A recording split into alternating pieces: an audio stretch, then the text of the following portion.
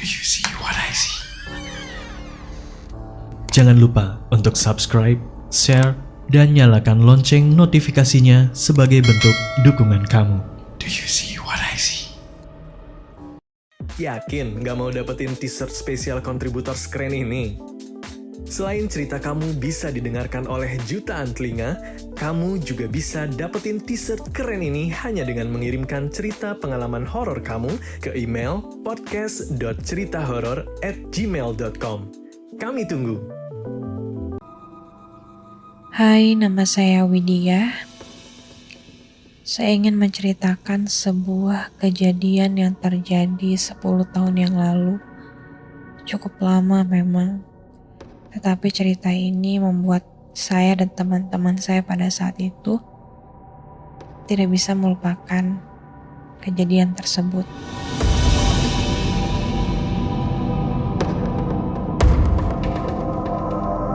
Waktu itu saya kelas 2 SMA dan saya bergabung dalam sebuah organisasi teater. Saya dan teman-teman sebenarnya mempunyai permasalahan tentang ruangan organisasi kami karena dari semua organisasi yang ada, kenapa hanya kami yang tidak punya ruangan khusus? Sedangkan seperti organisasi OSIS, seni, dan lain-lainnya mereka punya. Sampai akhirnya kita berjuang mati-matian untuk membuktikan bahwa organisasi kita ini bisa membanggakan sekolah. Dan kami berhasil mendapatkan juara 1 seprovinsi pada saat itu. Sekolah pun bangga dan mereka pun ikut senang dengan apa yang sudah kami capai. Dan kami pun meminta sebuah ruangan. Kami mengatakan kami tidak meminta banyak, kami sudah berusaha keras. Dan kami langsung bilang kepada kepala sekolah, tolonglah berikan kami sebuah ruangan agar kami bisa lebih eksplor. Dan akhirnya kepala sekolah mengatakan, oke, baik. Untuk saat ini gedung-gedung baru sudah diproses, tapi belum ada yang benar-benar jadi. Jadi untuk sementara ini kalian bisa pakai gudang sekolah kita. Saat itu kita benar-benar kaget. Ya ampun, kenapa harus gudang sih? Kita mikirnya kita bakal dikasih sebuah kelas atau apapun itu, yang penting tempat yang cukup luas dan bukan gudang. Karena setahu kami gudang yang ada itu sangat kotor, penuh tumpukan kursi-kursi, meja yang berantakan, dan udara yang pengap, lembab. Jadi kami sepertinya kurang bisa menerima dengan kenyataan tersebut. Tetapi karena kami tidak punya pilihan, akhirnya kami menerima saran dari kepala sekolah untuk membuat gudang tersebut menjadi ruang organisasi kami yang kami sebut sanggar.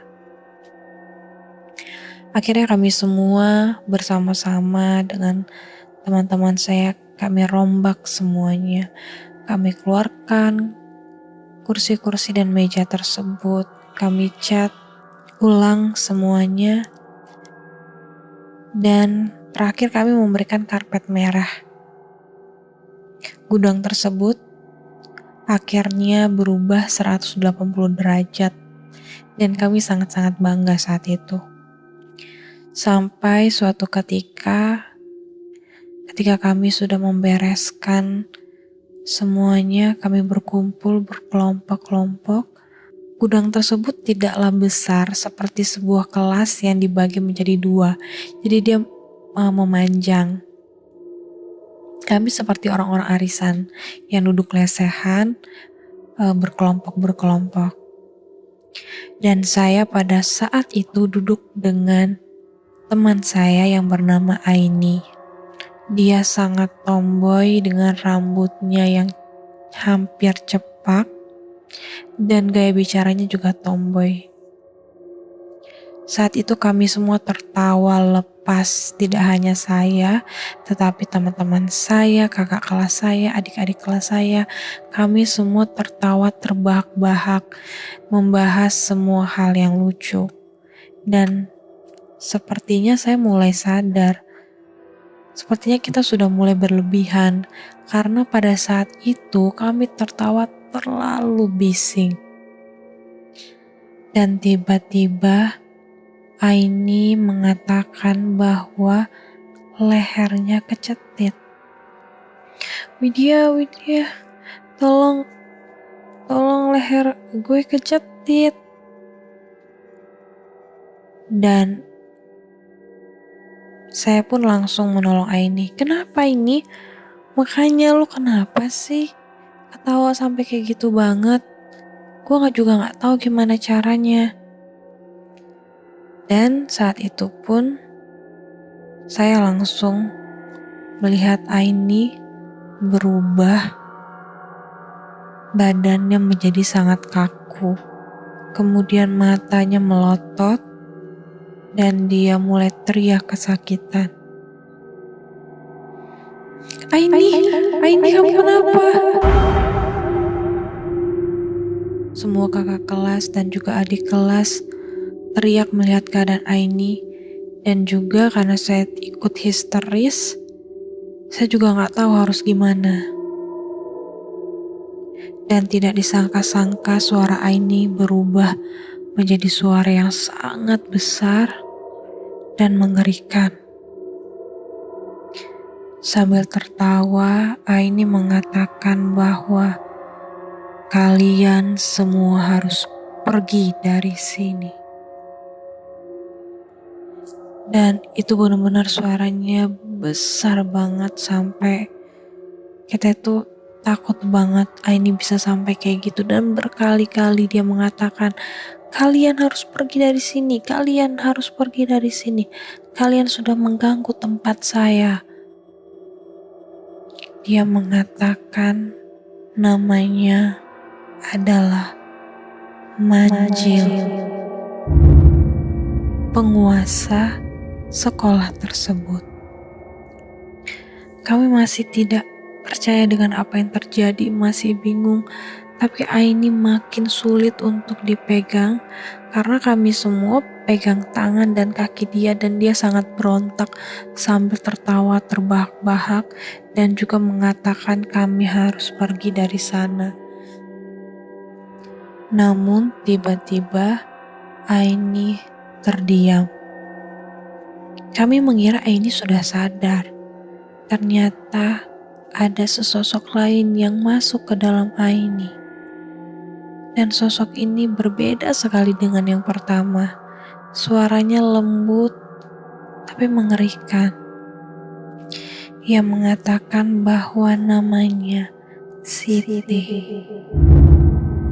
Siti adalah bawahan dari Manjil, yang mana Siti ditugaskan untuk mengganggu kami semua saat itu.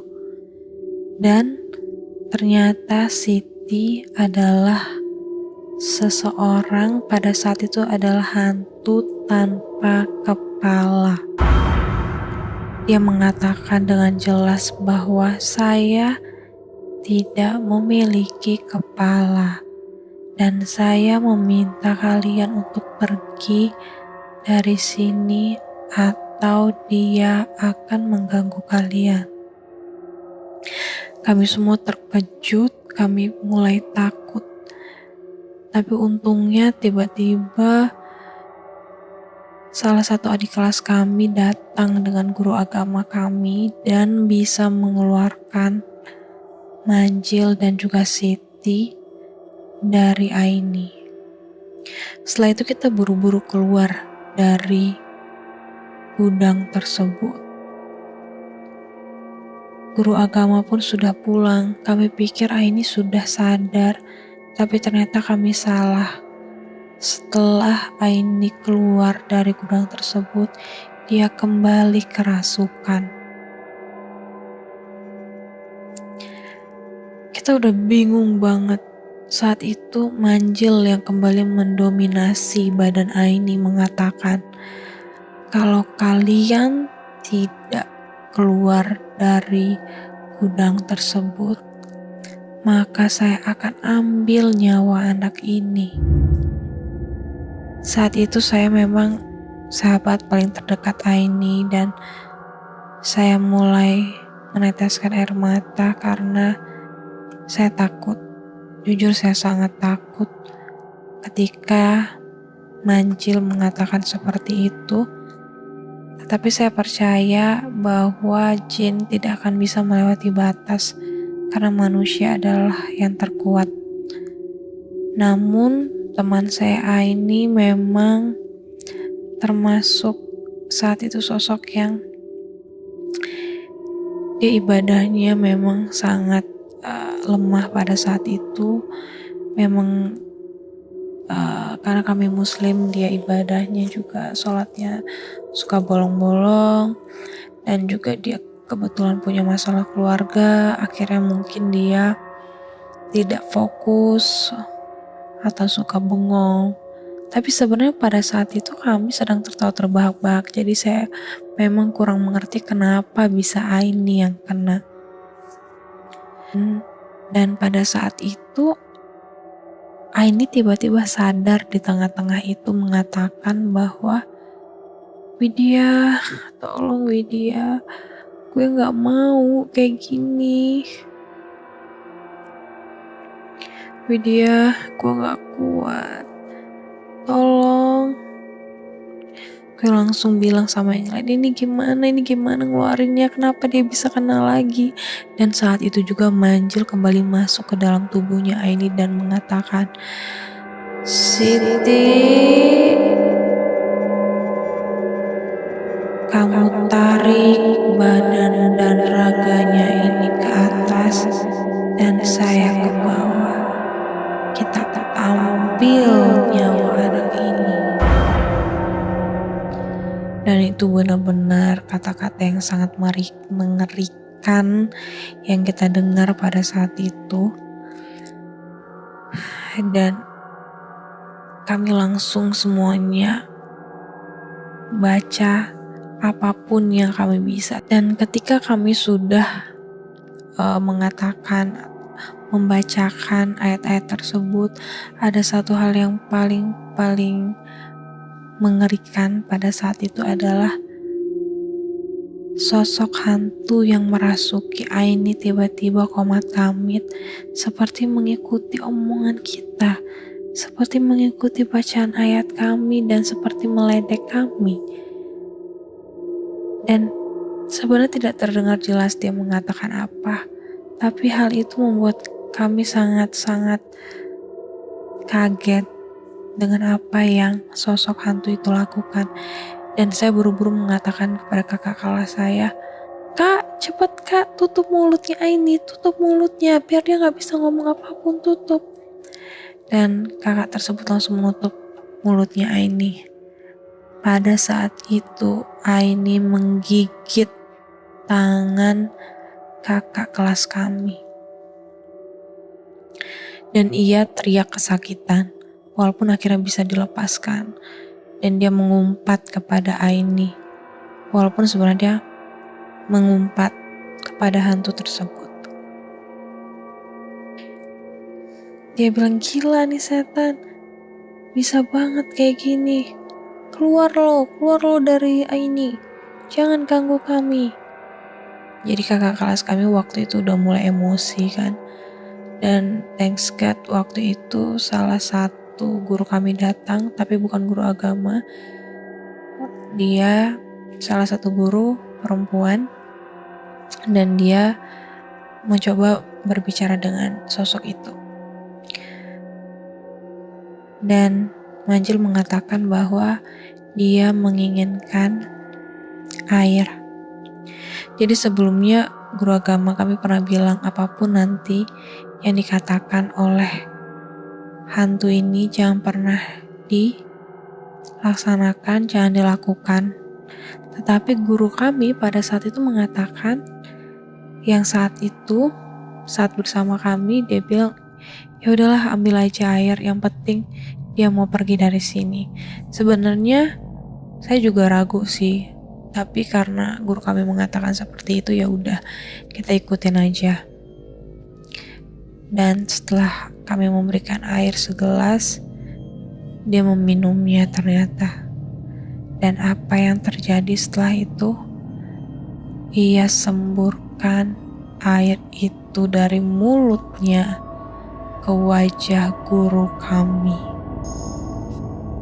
Saat itu guru kami shock dan dia mengatakan, "Oke, saya mau ganti baju dulu.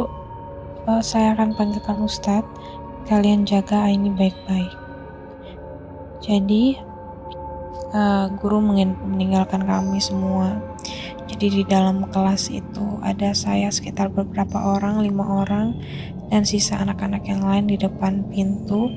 Saat itu sebenarnya keadaan sudah sepi karena itu jam pulang sekolah. Dan itu udah mulai sekitar jam 3, jam 4 sore. Karena kami memang di organisasi teater itu memang cukup lama, kami ada olah tubuh, olahraga ini itu, sehingga memakan waktu yang cukup banyak.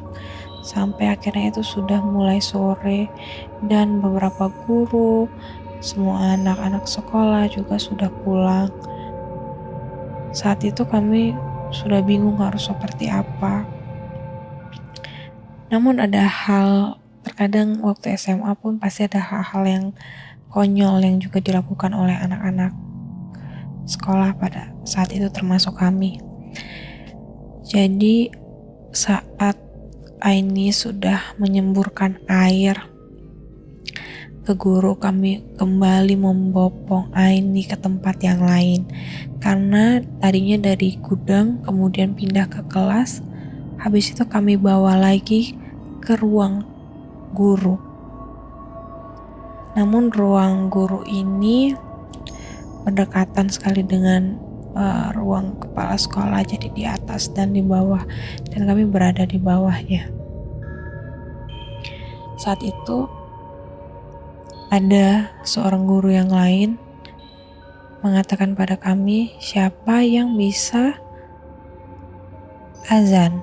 Coba kita azanin Aini. Saat itu Aini sedang seperti tertidur namun belum sadar. Aini badannya seperti tangan, kaki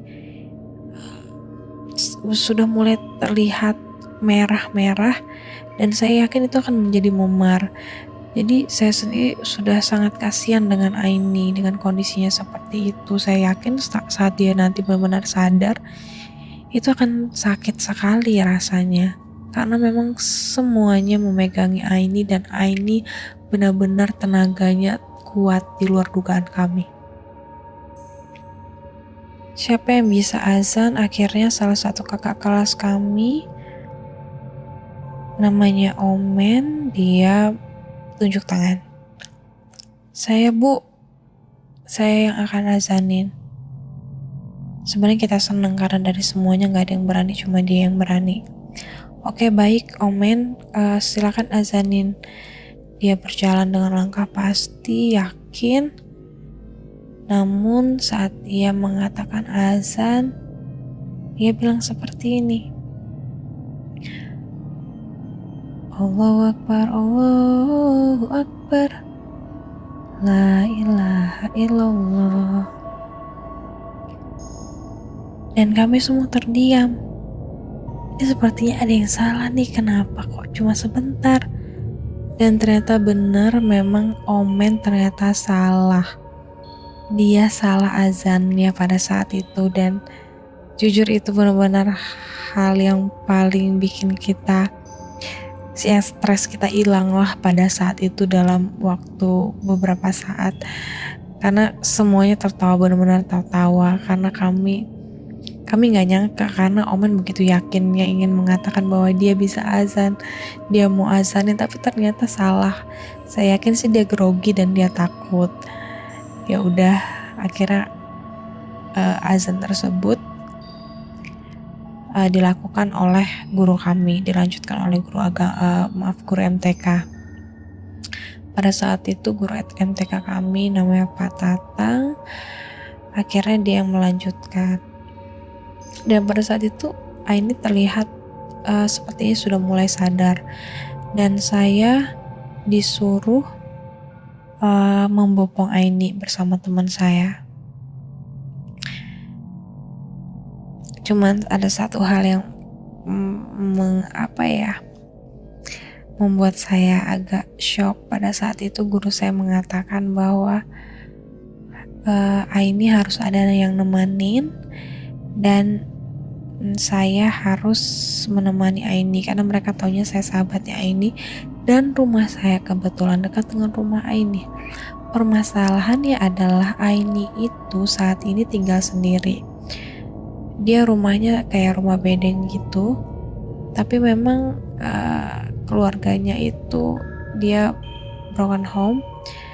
Jadi saya juga nggak tahu pasti mamanya kemana, tapi saat itu dia sendirian. Dan saya meminta salah satu teman saya cowok yang rumahnya juga dekat dengan rumah saya, tapi memang agak jauh sedikit sih, cuma memang udah searah untuk ikut karena saya nggak berani sendirian.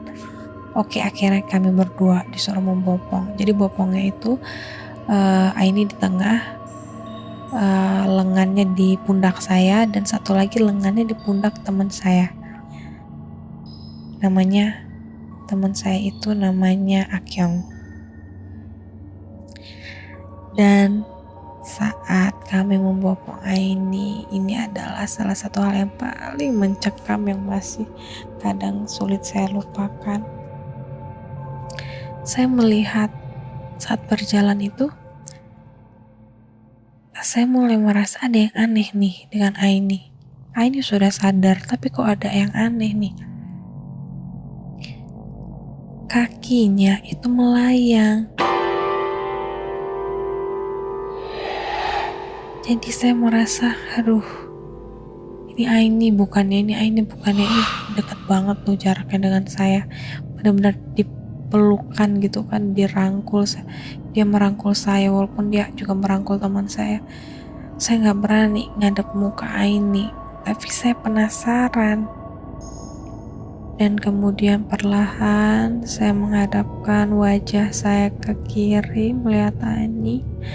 Dan benar saja dia tersenyum, dan senyumnya sangat mengerikan, dengan tatapan matanya yang juga mengerikan seperti mendelik, dan juga tersenyum licik penuh kemenangan itu loh. Dan itu benar-benar serem banget. Dan dengan refleksnya saya langsung melepaskan rangkulannya Aini dan saya lari.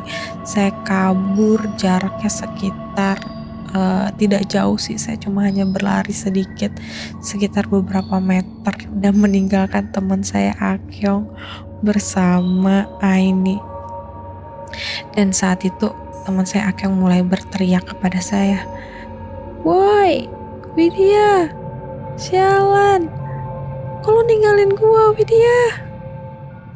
Jadi Akyong pada saat itu tidak berani meninggalkan Aini juga, karena kalau dia meninggalkan Aini sudah pasti Aini terjatuh.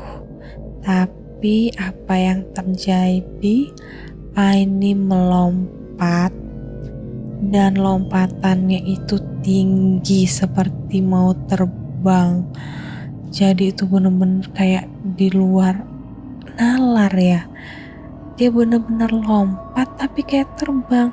Tapi Akyong saat itu bisa menahan Aini, dan saya benar-benar kayak gak percaya gitu. Ini bener nih kita berdua bakal jagain dia di rumah gitu kan. Terus akhirnya guru mengatakan lagi, udah ini benar-benar harus dibawa pulang. Saat itu Aini sudah kembali dibacakan doa, kembali sadar, dan harus segera dibawa pulang. Dan kami semua merencanakan guru-guru kami akan mengadakan yasinan, akan langsung pada saat itu, tapi besoknya sih. besoknya. Jadi saat itu merencanakan mencari ustadz yang bisa dibawa untuk besoknya yasinan, tapi malam ini kami harus menemani Aini. Oke. Jadi ini juga satu hal yang lucu sih. Jadi yang saya tahu teman saya ini yang cowok itu sepertinya suka sama saya.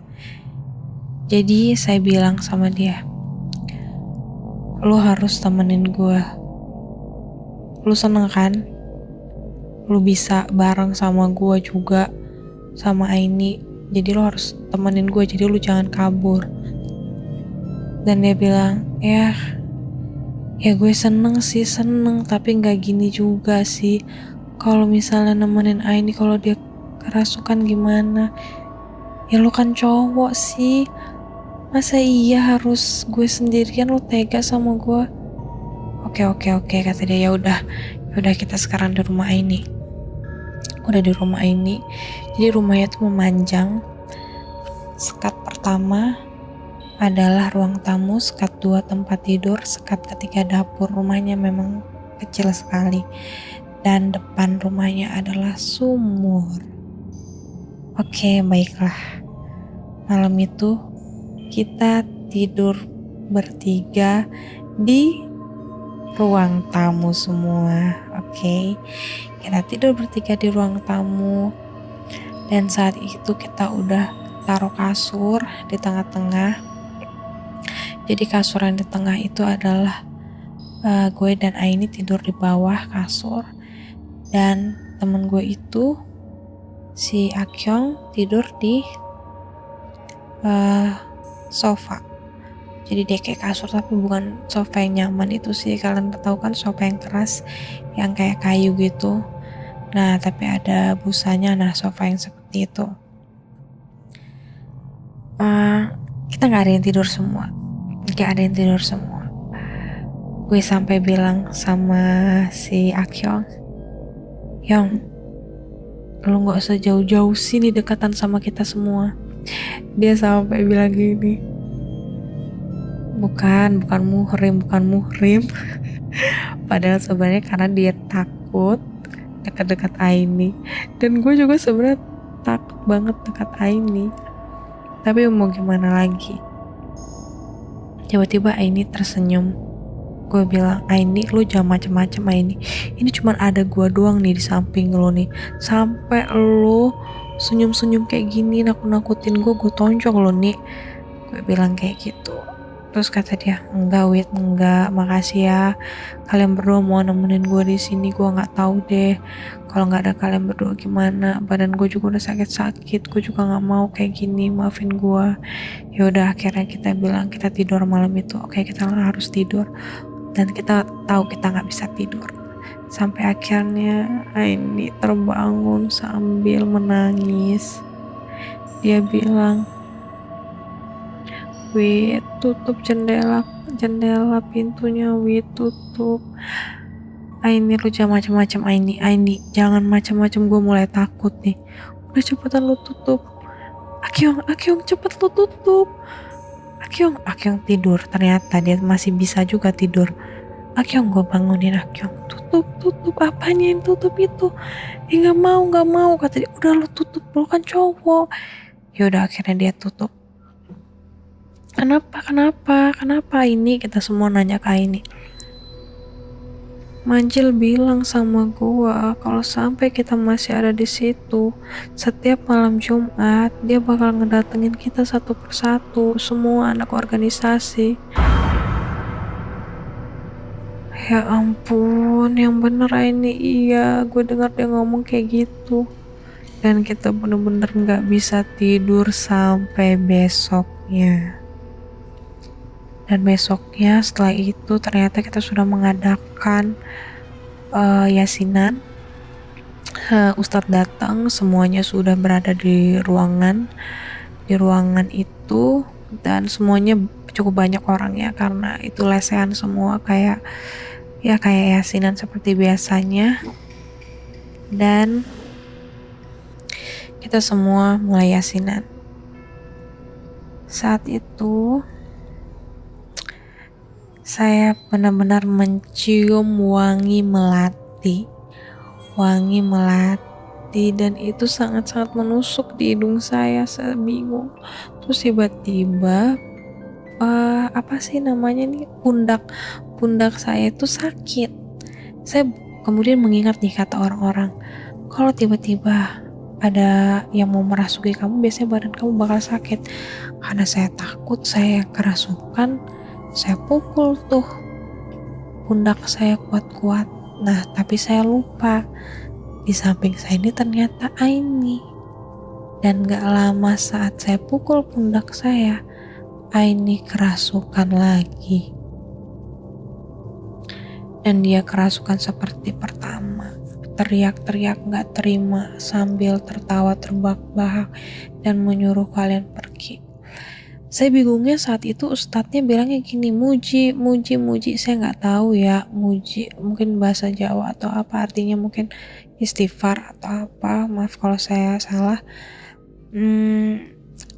Tapi Aini gak berkata apa-apa gitu, ditanyain atau apa, pada saat itu tidak berhasil lah, intinya seperti itu, untuk mengeluarkan manjil di dalam tubuh Aini sampai akhirnya dia bisa keluar sendiri, benar-benar sadar sendiri gitu aja.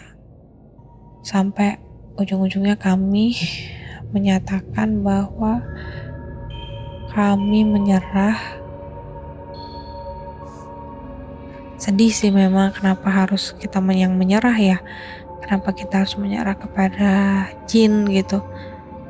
Tapi ya balik lagi, kayaknya sih memang dari awal kita juga salah. Kita tahu kita salah, kita seharusnya nggak mengganggu mereka dengan suara yang terlalu berisik. Karena sebelumnya gudang itu sempat juga dipakai untuk beberapa hal, tapi nggak pernah kejadian seperti itu. Pas kita apes banget kejadiannya begitu, dan sampai sejak saat itu organisasi kami suka ada masalahnya suka banyak yang nempel di kita, entah itu bergantian dari siapa ke siapa, bisa Miss Kunti, bisa yang lain-lainnya. Jadi setelah itu memang banyak hal-hal aneh yang terjadi. Walaupun kita menyatakan kita sudah gak pakai gudang itu lagi, kami menyerah. Dan saat kami tidak memakai gudang itu lagi, Aini sudah tidak kesurupan lagi. Tapi Aini bisa melihat hal-hal yang di luar nalar. Contohnya saat kita melewati jalan raya besar, Aini teriak katanya karena dulu di jalan itu ternyata pernah ada yang kecelakaan. Hal-hal yang seperti itu. Dan saya juga setiap pulang sekolah sama Aini, jadi saya juga jadi takut dengan apa yang bisa Aini lihat. Dan waktu itu sudah lama. Abis itu kita pernah mengadakan ospek. Kita tidak memakai ruangan apapun, kita hanya memakai kelas yang kita pinjam.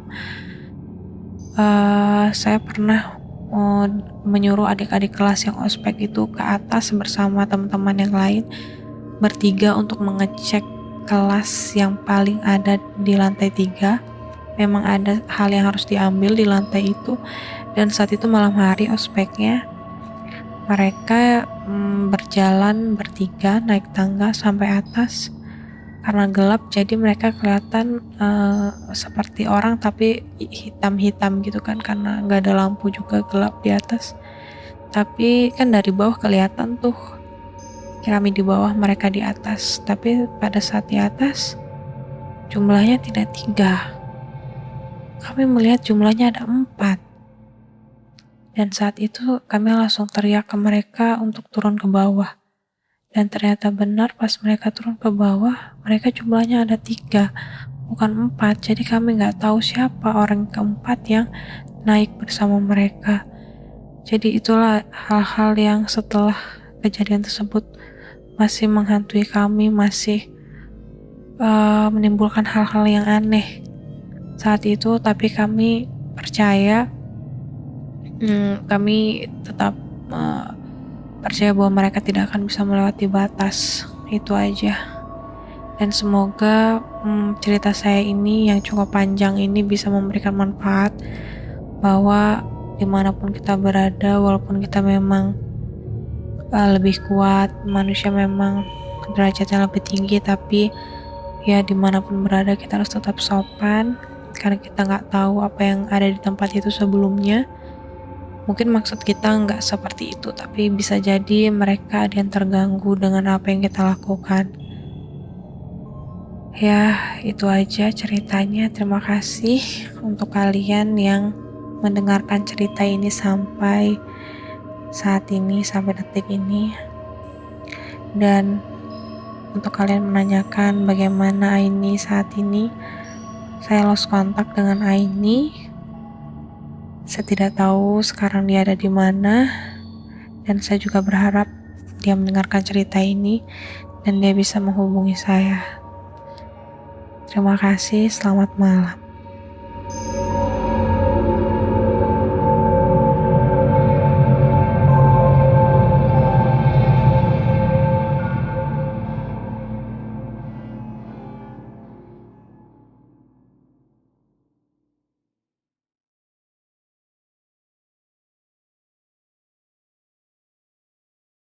Kirim cerita kamu ke alamat berikut.